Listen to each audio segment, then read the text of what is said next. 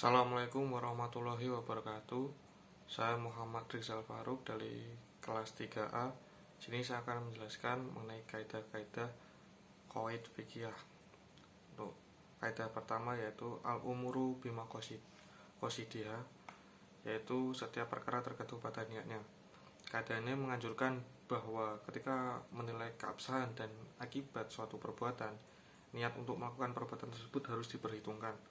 Contohnya, Wildan menemukan HP di jalan dan mengambilnya. Kemudian barang tersebut hilang ataupun rusak di tangannya. Maka kewajiban mengganti barang tersebut tergantung pada niat dari mengambilnya. Jika niatnya untuk dikembalikan kepada yang punya dan supaya orang lain tahu, maka ia dianggap amanah dan ia tidak diharuskan untuk membayar ganti rugi. Namun jika niatnya adalah untuk memiliki barang tersebut, maka dia diharuskan membayar ganti rugi kepada pemilik.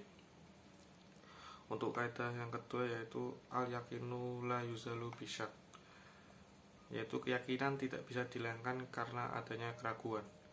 Maksudnya, seorang boleh meyakini sesuatu apabila ada bukti yang telah ditetapkan oleh panca indera atau dalil. Contohnya, Ican ragu dalam jumlah rakaat sholat. Apakah ia telah melaksanakan 3 atau 4 rakaat? Maka yang yakin adalah yang sedikit jumlahnya, karena yang sedikit itu yang paling meyakinkan, sedangkan yang banyak masih diragukan. Untuk kaidah yang ketiga yaitu al-masyaqqatu tajibut taysir, yaitu kesulitan membawa kemudahan. Maksudnya, segala urusan baik ibadah atau muamalah apabila mengalami kesulitan akan ada jalan keluarnya. Contohnya, panas terik matahari tidak menghalangi seorang berpuasa, tetapi karena Kamil bekerja keras sehingga kelelahan yang mengharuskan dia minum, maka dia boleh tidak berpuasa dan menggantinya di lain waktu. Untuk kaidah keempat yaitu adoru yuzalu, artinya kemudaratan harus dihilangkan.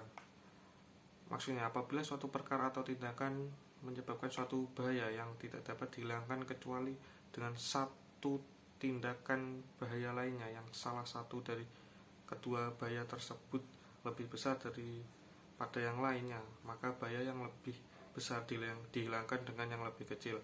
Namun apabila tindakan tersebut mendatangkan akibat yang lebih besar, maka tidak boleh dilakukan. Contohnya, larangan menimbun barang-barang kebutuhan pokok masyarakat karena perbuatan tersebut mengakibatkan kemudaratan bagi rakyat. Untuk kaidah kelima yaitu al-adatu muqammah, artinya adat dipertimbangkan di dalam menetapkan hukum. Adat istiadat yang ada dimanapun di dunia selama itu tidak bertentangan dengan agama Islam secara teologi, maka dia bisa dijadikan tradisi dalam Islam karena adanya tradisi yang berbeda-beda antar penduduk dan kelompok yang lain. Contohnya adalah adanya tahlilan dengan niat mendoakan orang yang sudah meninggal. Untuk kaidah keenam yaitu tasriful imami ala royati manutun bil maslahah, artinya kebijakan seorang pemimpin terhadap rakyatnya harus berdasarkan kemaslahatan masyarakat. Contohnya, jika kita berpergian diharuskan swab test, maka pemerintah seharusnya menggratiskan swab test tersebut untuk tujuan meringankan beban rakyat. Untuk kaidah ketujuh yaitu al-qududu tasqutu bisyubhati, artinya hukum-hukum had itu bisa gugur karena subhat, ketidakjelasan.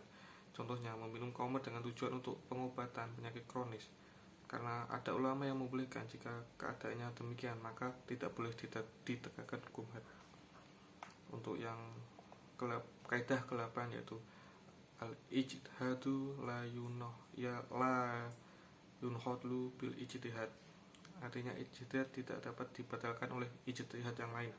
Maksudnya, ijtihad berasal dari kata jahada yang berarti upaya penuh kesungguhan. Derivasi dari kata tersebut memiliki konotasi yang beraneka macam. Jihad misalnya lebih banyak digunakan untuk menggambarkan upaya fisik seperti perang guna menjaga keberlangsungan kehidupan. Mujahadah lebih menggambarkan upaya spiritual yang tak kenal lelah untuk mencapai kedekatan paripurna dengan Tuhan, sedangkan ijtihad menunjukkan upaya berpikir serius untuk mencapai kesimpulan yang dinilai paling mendekati kehendak Tuhan.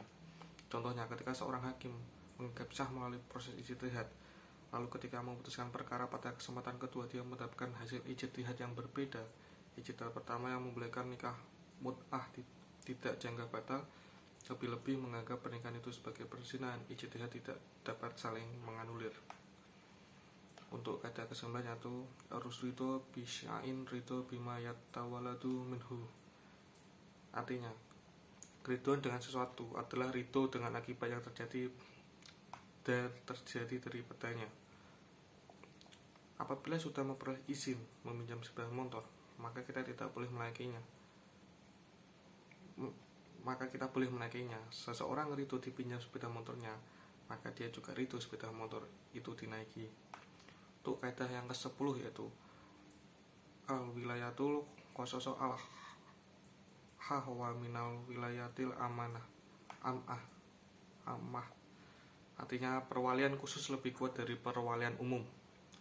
Seseorang wali hakim tidak boleh menikahkan seorang perempuan yang masih mempunyai wali nasab, sebab wali nasab sifatnya khusus sehingga lebih kuat, sedangkan wali hakim sifatnya umum. Untuk kaidah ke-11 yaitu man istija'ala sya'in qabla amanihi o khiba bihirmanihi. Artinya barang siapa yang mempercepat sesuatu sebelum masanya, saya diberi sanksi karena sesuatu itu. Maksudnya kaidah ini merupakan aturan preventif untuk mencegah suatu tindakan kejahatan dengan memberikan sanksi terhadap pelakunya berupa pencabutan hak. Antar dasar ini menurut Asyuti, maka Komar apabila telah berubah menjadi cuka dengan sendirinya, hukum meminumnya adalah halal. Tetapi apabila perubahan dipercepat oleh proses kimia, maka hukum meminumnya haram. Hal ini kalau kita mengikuti pendapat ulama yang menetapkan kenajisan wujud minumnya keras itu.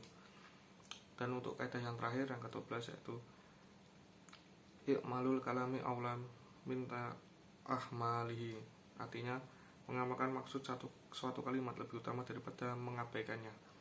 Manakala suatu perkara itu jelas maksudnya, maka haruslah diamalkan sesuai dengan yang dimaksud. Tetapi manakala suatu perkataan itu belum jelas maksudnya, maka mengamalkan lebih baik daripada meniadakannya. Umpamanya, ada seseorang yang mewariskan hartanya ditujukan kepada anak-anaknya, padahal ia tidak mempunyai anak lagi, yang ada hanya cucu-cucunya, maka dalam hal ini harta wasiat tersebut wajib diberikan kepada cucu-cucunya. Demikian yang dapat saya sampaikan. Ada kurangnya mohon maaf. Wassalamualaikum warahmatullahi wabarakatuh.